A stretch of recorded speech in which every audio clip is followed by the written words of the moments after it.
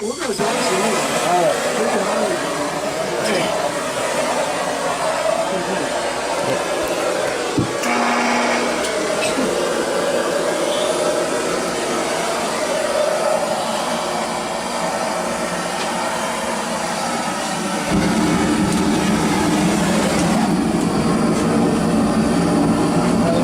This setup is you also don't need any really specific regulator. You don't really need a high pressure regulator. Even a barbecue regulator will probably work for this.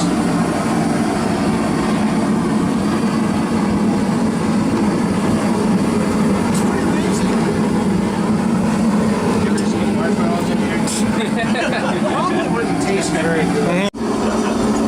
This is the ultimate recycling.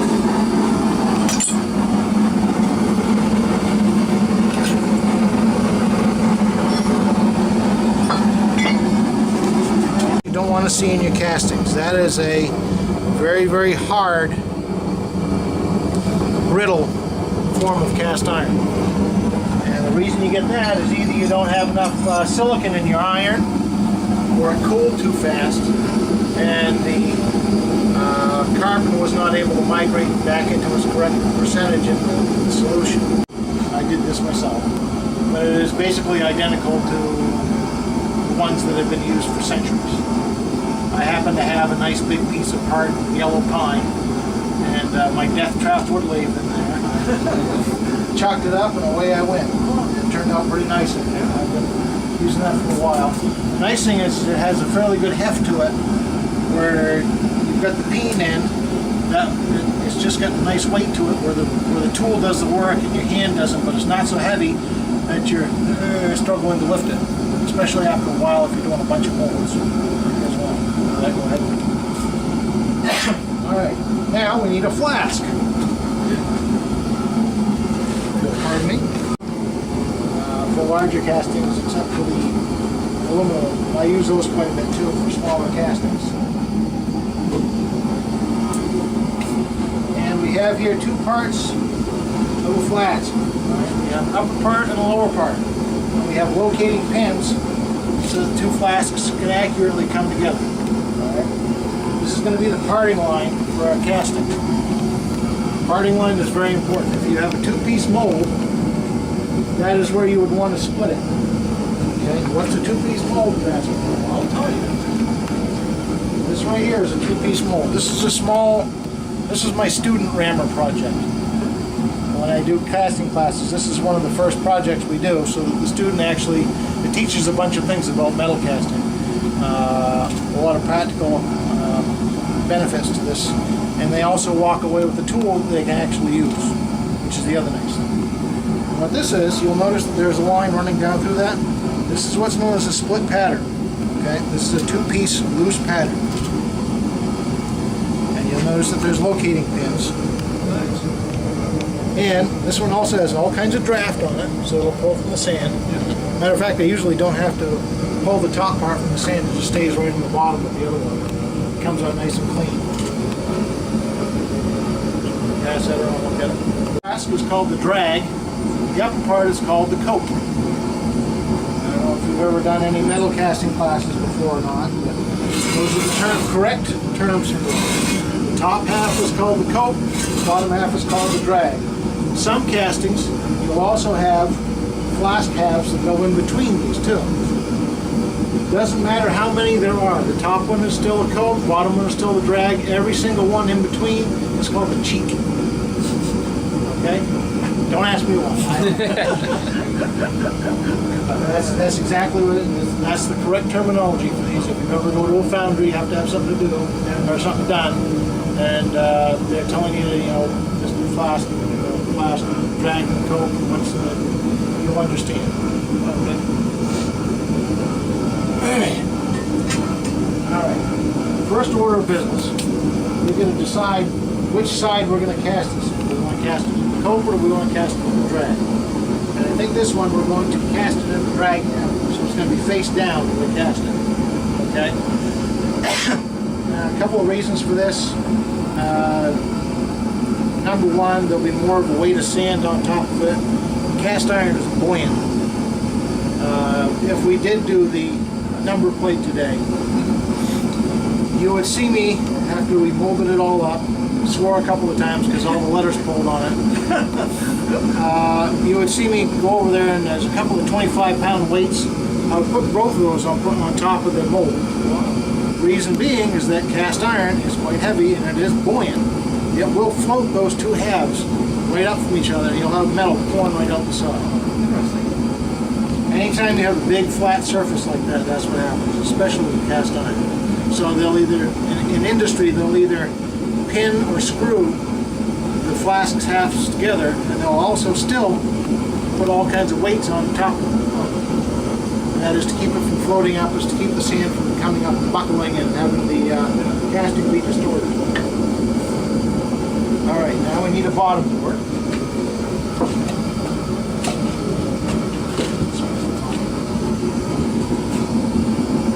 Because turn it over like that. This is the bottom. This is going to be the bottom of the mold. I'm going to figure out where we want to place this. Rule of thumb, you want to have roughly, or used to be rule of thumb, you want to have 2 inches between your pattern and the outside of the flask. It doesn't always happen. In small foundry settings like this, you can get away with a lot more than you can in a larger foundry with a larger casting. Small casting, it doesn't really matter if you're within like a ½ inch of the, you just got to be aware of that fact and make sure that that ½ inch is perfectly sealed against each other, or you get run out.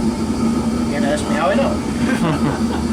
Alright, now just because of the shape of this, we're going to put it in a kind of an angle right here. Because we're also going to have to compensate for this larger mass of the boss. We're going to be putting out what's known as a shrink bob in here. And a shrink bob is a type of riser. What is a riser, you ask? Well, what does metal do when it cools? Expand. Cools? Oh, shrinks. Shrinks, that's right. Pulls in on itself. Your gating system has to compensate for that shrinkage in your part. You want what is known as directional solidification. You want this part, these parts, to freeze first. And you want that freeze to follow back to your gate. Your gating system should be the last part of your casting to freeze. Alright? And we're going to compensate for this boss by giving it a reservoir of hot metal fairly close to it that will allow it to pull metal back from that hot reservoir into the casting as it freezes. So when the casting freezes, it is correct dimensionally. There's no shrink voids, there's no stresses set up in there, things like that. Gating is an art form, arcane art form all by itself. They have software that can predict it. The software usually runs a couple $100,000. It is not cheap. It is not cheap. Okay. We have our pattern in the sand. And we have our pattern on the molding board. Now we need to add what is known as parting compound.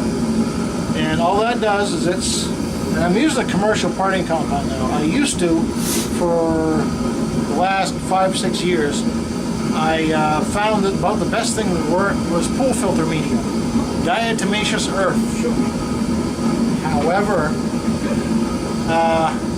it is silica. Silicosis is a horrible way to die. Think black lung.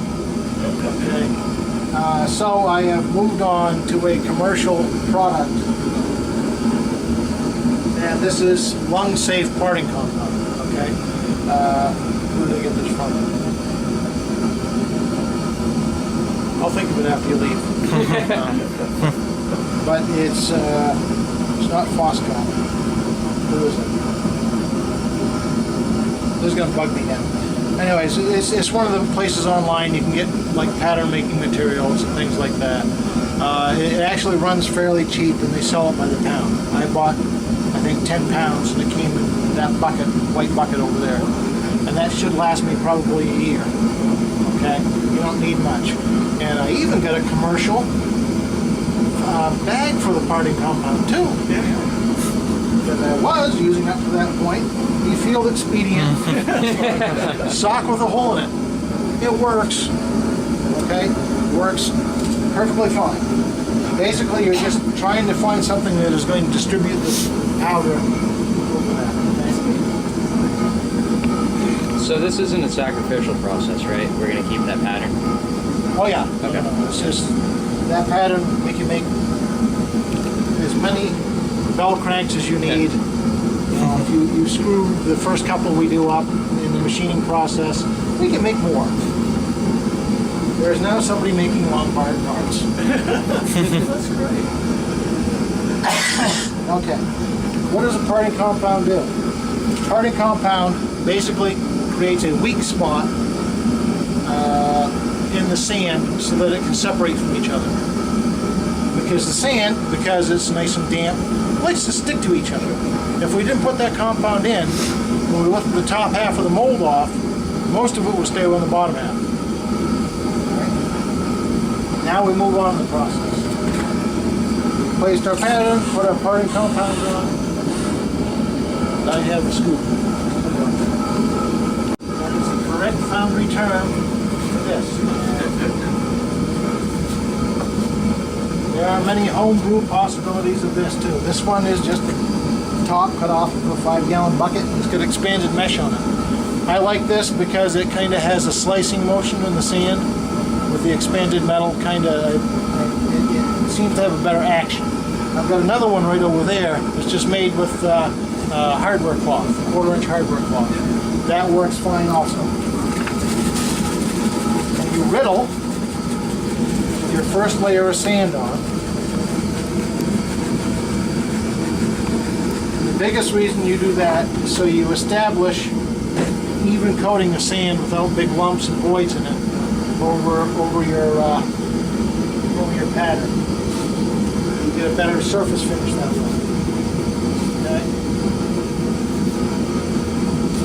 Fill in the corners. And you don't pour the whole thing full at once. At least not in this situation. In industry, yeah, they do, because they have the correct equipment to do it. Their sand is conditioned to the point where all they got to do is go flump. The machine come in, drops it, and it's called a jolt squeeze. It drops it. The sand, because of its own weight, packs itself around the pattern, and then they squeeze them together. That is machinery I can neither afford nor have room for. Or the high-powered air compressor you need running with the damn things. It would be cool to have one. It'd speed up production big time. Alright. Take your rammer. Again, this is just the techniques I developed. I go in a spiral pattern. Do the outside first. Come back in and go from the outside in. And I found that kind of locks your pattern in place and it doesn't shift from where you had it in there. We get our first layer. Scratch it up a little bit to make sure that the layers adhere. You don't really have to do this on the drag, but it's not a bad practice. Gravity will hold the halves together, drag, the layers together, I should say.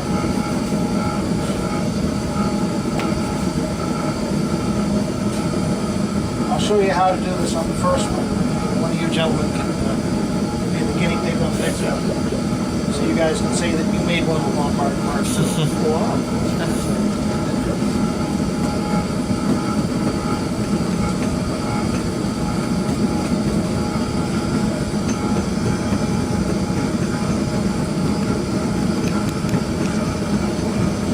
This is also a really good way to take your frustrations away.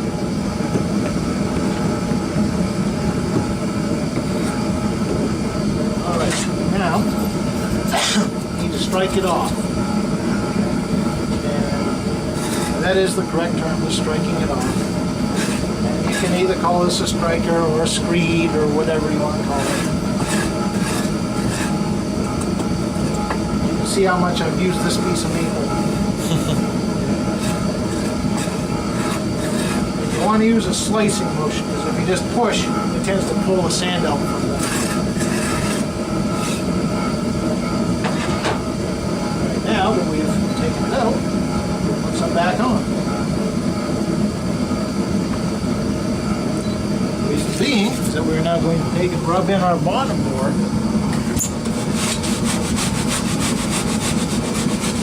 Putting some back on, it just gives you a nice even spur, and it's completely supported on here. Okay, it's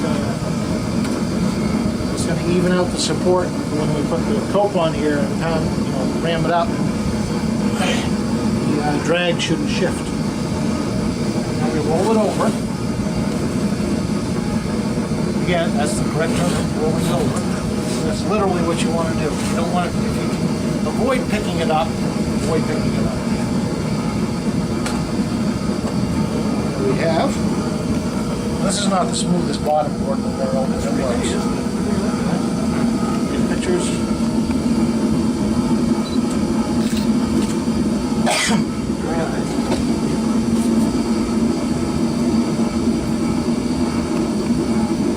What I'm going to do here is I'm going to clean up our parting line a little bit, because you notice it's kind of sunk in a little bit. There's crap on top of it. We want to make sure that we clean this up so that our parting line matches the edge of the pattern. That way when we go to pull it, it's not going to break off the edges of that and have bumps.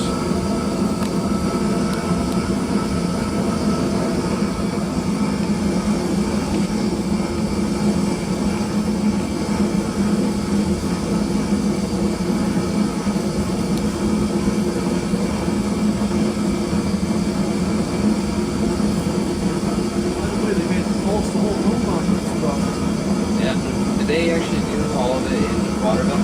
As far as I know. Yeah.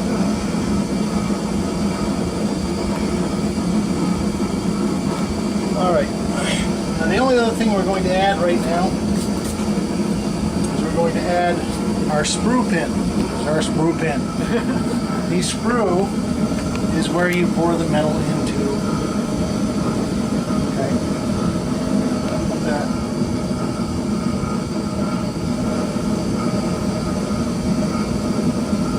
Bottom, take our top half, and you'll notice that I have alignment marks. I have some spray paint right here, some spray paint right here. It's embarrassing if you reverse the coat. That would be. Either you sit there and you pour and you're like, wow, that poured off way faster, it filled up way faster than it should. All you really are casting is a sprue pin because it doesn't lead to nothing. Or you have a mold that is really weird because it's offset. Yes, I've done that recently. Okay. Now, once again, yeah, it's a party compound. This stuff you don't need much. This is actually pretty efficient. With the diatomaceous earth that I was using, I would have had to have added a lot more. This stuff is actually pretty good stuff. I'm impressed with the importance.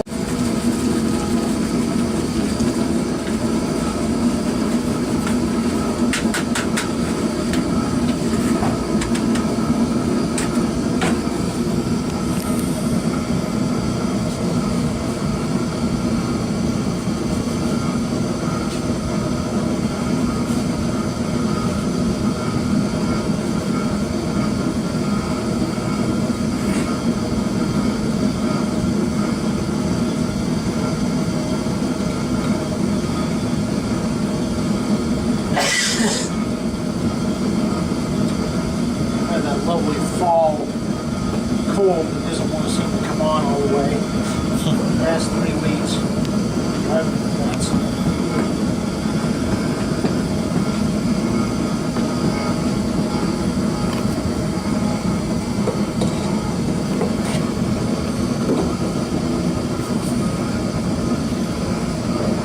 Where this is the cope, we want to make sure that the layers adhere well.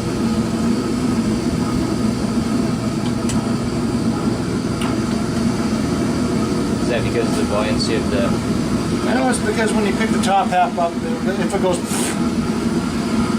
again, there's much swearing involved. It's annoying. Because generally speaking, you can't just go back and redo the coat. You have to dump the drag too, because when scraping the sand off of the drag, you screw up the parting line. Again, there's much swearing involved. Usually it means that you didn't ram it hard. I've gotten to the point where I've learned how hard to ram it. You ram it until it starts feeling resilient. That's the best way I can describe it. Until you start getting resistance back to your pounding, that's about as hard as you want to pound it. Is it possible to make it too hard? Yes. And that actually causes surface quality problems on your finished casting. And if your casting is fragile enough, it'll distort it. Or if your pattern is fragile enough, it'll distort it, shift it out of position, break it.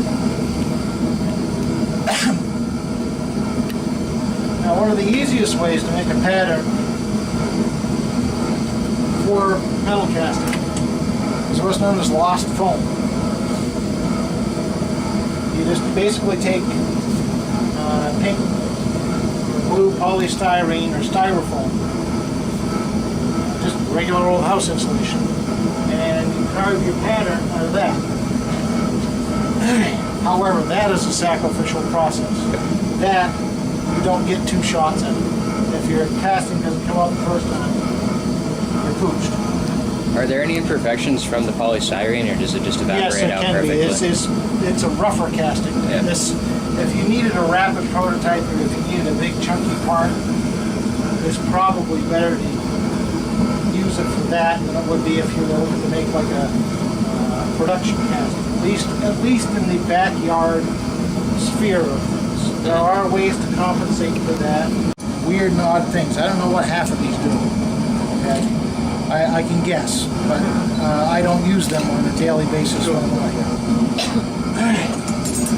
But you can get a modern kit with all that, with the lifters in it, the whole 9 yards, for about 120 bucks. Okay? 10 cents. Use restaurant supply, please. Sometimes cheap is good. Making what's known as a pouring cup. Industry and a larger casting, this is actually a fairly high-tech design, and it allows them to pour and have the metal transition smoothly into the screw hole with the least amount of draws. Here it's just so I don't miss the damn hole. These castings are too small to really bobble with something like that. Necessarily, the gating system should catch the rest of it, whatever crud you've got coming up. Okay, you notice I'm rotating the pin before I pull it out. This is so that my sprue is kind of conical shaped. You can either make one of these on a wood lathe so that it's conical, or you can just get a piece of dowel like I have here, and just rotate it around until you have that conical shape. What that does is when you're filling this up, as long as you keep that sprue full, if your pouring rate is correct, it will be a smoother transition of the metal into the mold. Reduce turbulence, it will reduce entrained air, so you don't have bubbles. Okay? Which can be a dangerous thing, not necessarily for the casting itself, the part itself, but if you get a bubble in the wrong place, especially in a complicated gating system, it will shut that part of the gate off, and you'll have a partial casting, or you'll have feed problems. Lift it off. As possible. Pardon me for just a second, gentlemen. I gotta go get a drill. Drop ins.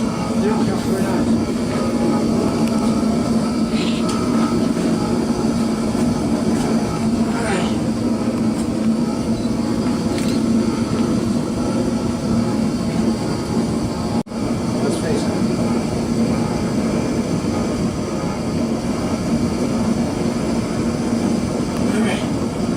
One of the things we're going to do before we get too far here is we're going to cut part of our gating system. The reason is that if you cut it now, you don't have crap falling into the cavity.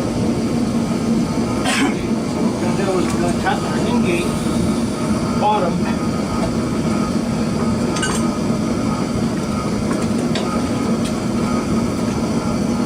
The bottom of our shrink bob, okay? We're going to want it fairly close to the section.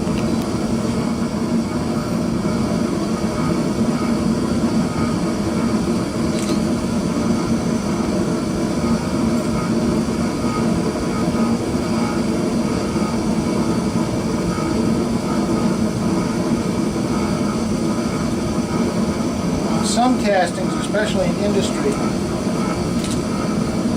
the gating system may very well outweigh the casting itself, depending on the complexity. We want a nice big in-gate on this one.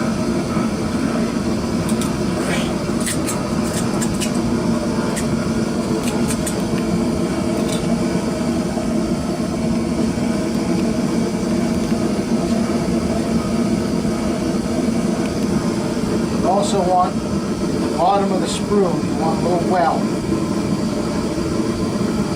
What this does is, again, this cuts down on the turbulence.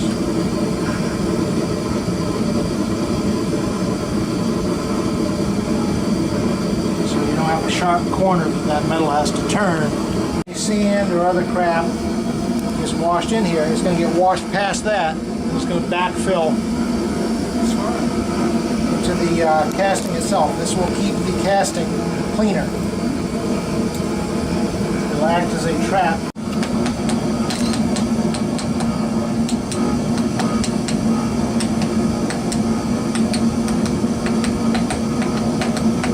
The reason we do that is to enlarge the cavity just a little bit to make it easier to pull it better. This is where you need a steady hand.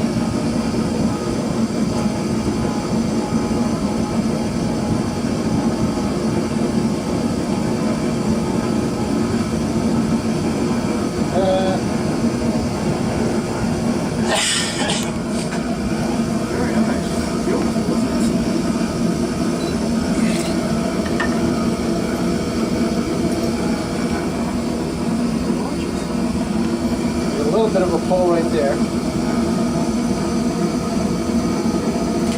Fix. Easy peasy. But that turned out pretty clean, actually. The only other thing we want to do is we want to make sure we touch up our in-gate.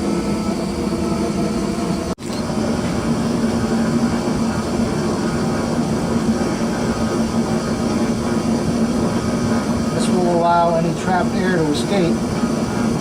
Water vapor will escape. Ends of our arms here.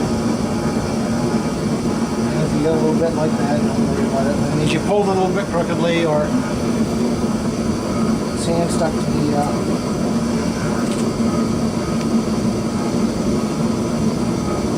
that's okay, because the take it off tools usually work better than put it back on again. Shrink bob, okay? And this is going to be a shrink bob is a riser, okay? A riser is a technical term for any part that feeds metal back into the casting as it's cooling.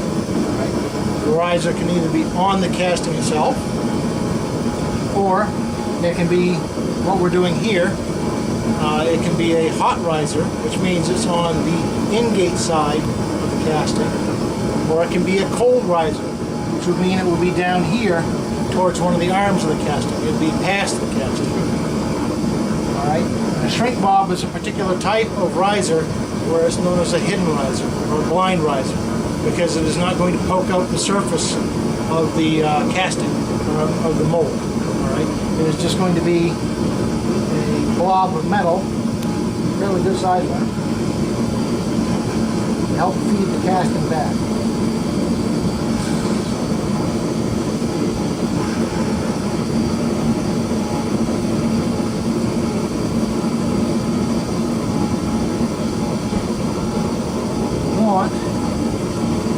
Shrink bob the other size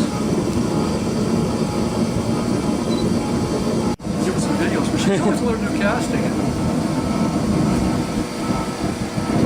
Ooh.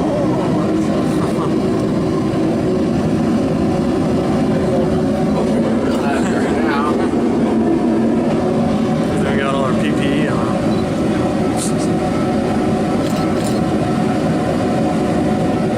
Well, you can smell it, can't you? Let's see what it's That's unreal. Very nice. Wow. Well, the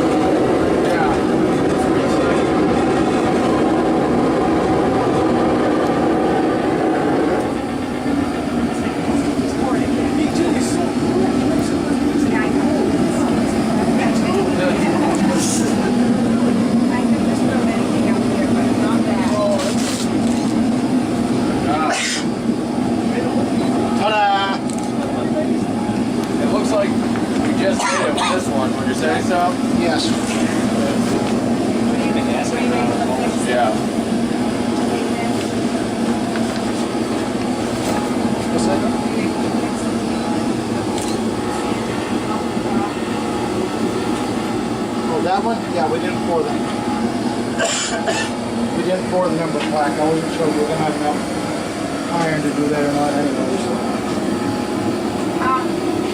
Dory was on my butt all morning about the night before Christmas seat covers. And I got mad at her and I said, you need to back off because I'm not gonna give you something for Christmas, Dory. You know you're getting. It's heavier.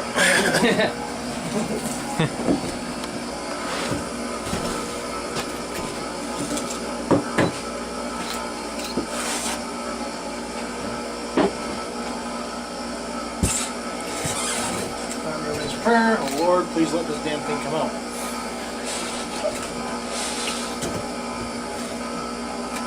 Da, da. It's a good sign right there, actually.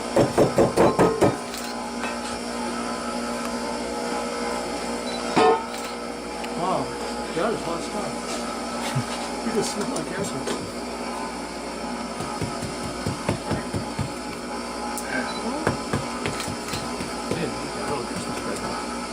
Yeah, I think it's still hot. What do you guys think? Oh, yeah, it's a little red right there. The sand's hot too. Oh yeah, there's still a little red chipping off. George, I think we got it.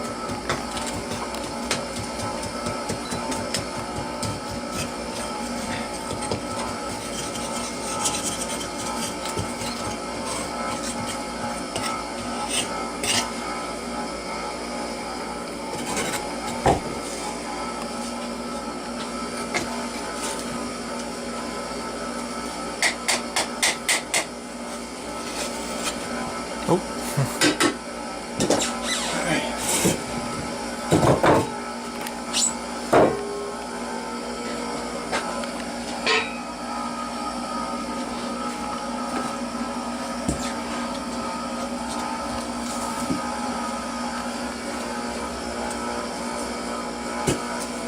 God. That's something.